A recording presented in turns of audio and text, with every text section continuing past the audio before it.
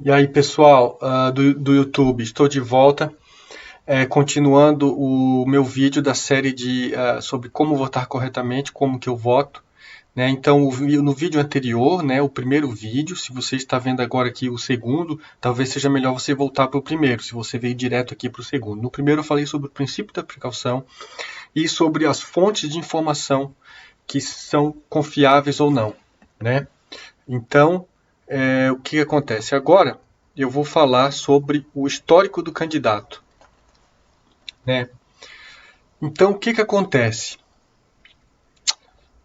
O histórico de um candidato, isso serve para qualquer pessoa, em qualquer cargo, qualquer...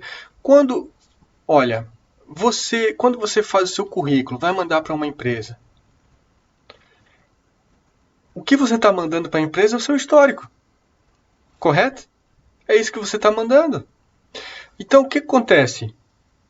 A empresa, quando seleciona um candidato, olha, até a mesma palavra, candidato, ela vai observar e comparar os históricos profissionais de cada um. Porque ela sabe que não tem nada melhor do que saber o histórico. Porque a história está escrita e não pode ser apagada. Tudo bem, há quem minta no currículo, isso acontece, né? Há fontes de informação não tão confiáveis, por isso no primeiro vídeo eu comecei pelo princípio da precaução. Então você precisa saber o histórico dos seus candidatos. Na verdade, você tem que fazer mais ou menos um comparativo. É isso que eu tô. É esse o ponto principal desse segundo vídeo. Você tem que fazer o histórico do candidato. Como é que é isso? Como é que eu, por exemplo, faço na prática? Eu vou lá e vou ler os livros todos e ler a biografia inteira dos caras, tal. Não, não precisa tanto. Não precisa tanto. Pera aí, é um pouco mais simples. Quando você vai, eu vou continuar naquela comparação que eu fiz no vídeo anterior, do carro. Quando você vai comprar um carro, você vai ler o manual inteiro do carro? Não. Estás a ver mais ou menos onde eu quero chegar? Você vai pegar os pontos principais, os pontos críticos. Então, por exemplo, no histórico do candidato, se ele é um candidato, você está pensando em como votar corretamente. Ele é um candidato a político, tá? Você vai votar ele para um cargo político. Então, a primeira coisa é saber se ele já tem experiência política. Correto? Óbvio. Então, essa é a primeira coisa que você vai ver, tá vendo? Então, são alguns pontos, não é todos os detalhes, né? Senão, nós vamos ficar loucos. Aí ninguém vai conseguir votar. Aí seria impossível, né? Porque são muitos candidatos para a gente pesquisar. Então, claro, você já pode começar fazendo um filtro já, né? O primeiro filtro que você pode fazer, vamos ser honestos, né? Falta um mês para acabar para o dia das eleições. Tem 8 candidatos a presidente. Tem 3 lá embaixo que estão com menos de 1%. Desculpa ser sincero, mas aquele ali você não precisa pesquisar. Então pronto, já diminuiu o teu trabalho, já tem só 5. De todos esses 5 aqui, tem um ou outro que às vezes você já percebeu que não tem nada a ver com você, com as suas ideias, com os seus princípios, talvez você possa descartar. Eu não recomendaria ainda, mas... Então o que eu quero dizer é para você ir, né, pré-selecionando. Quando você vai comprar um carro, você não pesquisa todos os carros que estão à venda. Você pesquisa 4 ou 5 que você está interessado. Ou comprar um imóvel, né? Você pesquisa 4 ou 5. Não pesquisa todos os imóveis que estão disponíveis na sua região. Seria loucura. Então, eu falei, um dos pontos principais do histórico é se ele já tem passado de político. E, obviamente, se esse passado é bom. Se ele tem... Gente, o que você precisa ver? Não me interessa se o candidato tem doutorado em Harvard. Não me interessa se o candidato tem a mesma religião que eu. Não deveria, isso não deve ser um critério. Não, isso não é. Não é porque ele vai ser um político. Ele não vai ser o padre da tua igreja. Faz a ver? Então, tem que ter bom senso sempre. Bom senso é uma coisa que é muito importante para tudo na vida e para entender esse vídeo, para saber o que fazer também. Então, você precisa ver o histórico dele, as realizações políticas dele. Obviamente, se ele tem corrupção já confirmada, veja bem, olha o princípio da precaução de novo. Se há suspeitas, você coloca ali uma luz amarela, né? Porque é só uma suspeita. Tem um ditado que diz: onde há fumaça, há fogo, né? Então, por isso que eu digo, bota só uma luz amarela. Se ele foi condenado, julgado e condenado, é luz vermelha. Não pode votar em candidato que já foi condenado à corrupção. Pelo amor de Deus, isso é óbvio. Isso é a coisa mais óbvia do mundo. Eu não deveria precisar explicar isso. Desculpa, chega a me alterar. Tá bom? Se todos os candidatos são comprovadamente corruptos, você não tem saída. Aí você vai escolher o menos pior. Mas se tem 5 candidatos, 2 são corruptos, já está fora. Comprovadamente condenados à corrupção, meu amigo, veja bem, se você não confiar na justiça do seu país, em quem que você vai confiar? Estás a ver? Se você não confiar na capacidade judiciária, ou seja, de julgar uma suspeita de crime, julgar provas de um crime. Veja bem, um juiz é um cara que estudou 4 anos numa faculdade. Se ele chegou ao cargo de juiz, ele é um cara muito bom. Estás a ver? Nós temos que ter consciência dessas coisas, das profissões, dos requisitos. Ser um juiz é um cargo extremamente competitivo. Muitos querem ser juiz, porque o salário é muito bom e esses merecem. E a grande maioria desses merece. Em todas as profissões tem os bons e os maus. Mas, entre os juízes, a tendência é que eles sejam, a grande maioria, pessoas de bem, que estão defendendo a justiça dos seus países, os direitos e as relações entre as pessoas e as empresas e a obediência à lei e à ordem do nosso país. Então, se o juiz condenou um político, acabou, é assunto encerrado. Vai me desculpar, mas não tem mais como. Agora, claro, só tem uma única ressalva. As pessoas podem se redimir, elas podem...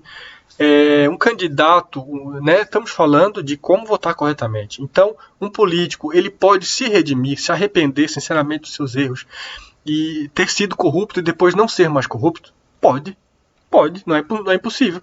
Assim como um criminoso pode se recuperar, pode cumprir a sua pena, né, e se recuperar. Claro que não no sistema penal que nós temos, mas quem sabe ele adere a uma religião bem rigorosa e ele assume novos, uma nova moral para sua vida, né? E com muita fé ele pode deixar de cometer crimes e ser uma pessoa honesta. Mas veja bem, uma coisa é um cidadão comum.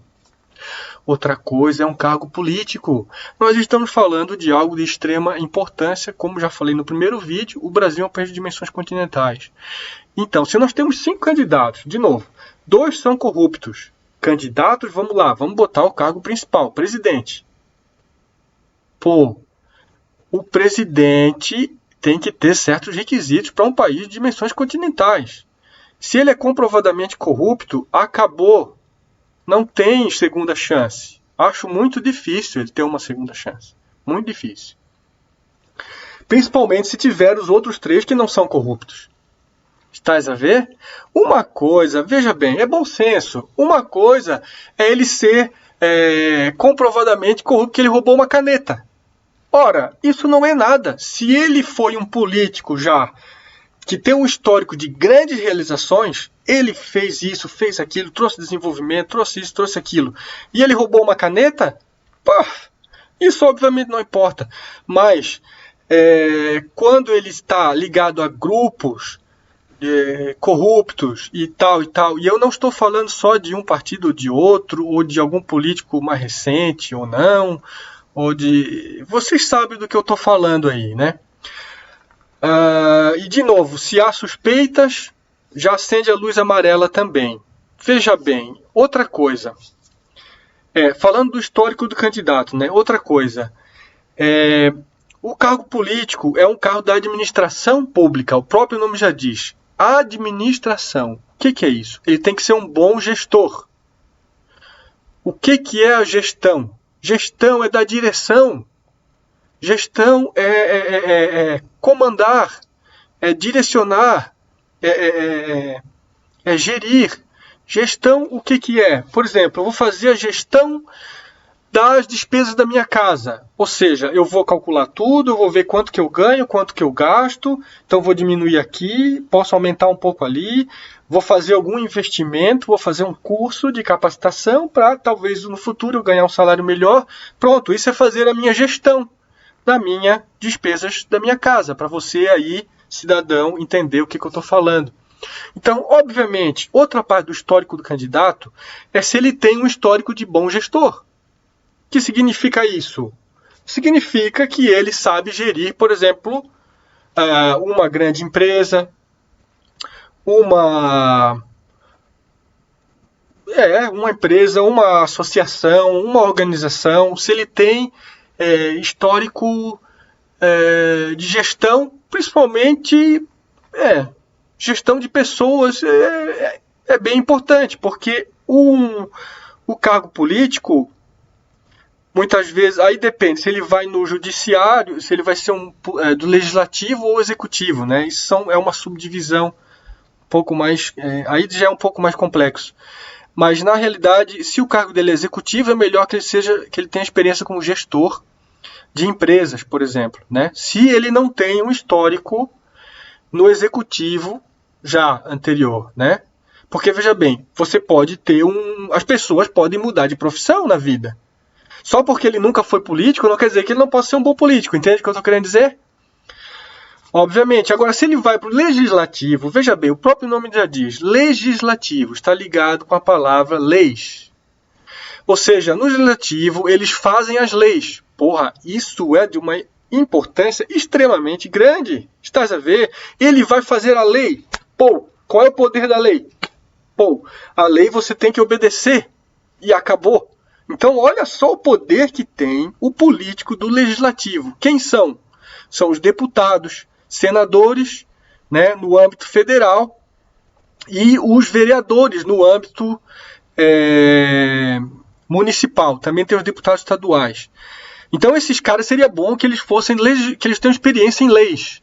Ou seja, é bom que o cara... É um excelente sinal se ele for, por exemplo, formado em direito. É excelente. Isso é um excelente histórico. Pô, o cara é formado em direito e quer trabalhar no legislativo, isso é excelente já. Mas ele tem um histórico corrupto, por exemplo. Porra, daí complicou. Estás a ver? Você tem que dosar vários pontos. É um equilíbrio, você tem que fazer uma visão ali. Você não vai ler todo o livro da autobiografia do seu candidato, senão você vai enlouquecer. Né? Então você tem que ver só os pontos principais, que sejam comprovados por fonte de informação confiável, ou seja, a imprensa oficial. Você vai no site da imprensa oficial, né? Ora, nós sabemos, os maiores grupos da imprensa brasileira são muito conhecidos. Nós não preciso citar nomes, porque eu não quero ficar citando A ou B, senão vai dizer que eu estou... Mas agora, eu estou falando para você ir lá e acessar, por exemplo, se o candidato ao legislativo já tem formação em direito. É isso que eu estou falando. Não é para você ir lá ver qual foi o último bar que ele frequentou, sabe? Ou qual é a cor da fachada da casa dele. Não, eu estou falando para você ir atrás do histórico profissional, do histórico escolar do teu candidato. É isso que você tem que ver, tá ok, pessoal? Então é assim que eu voto, é assim que eu escolho, tá? Quando eu analiso o histórico do candidato. Sobre o histórico, é isso que eu tinha para falar.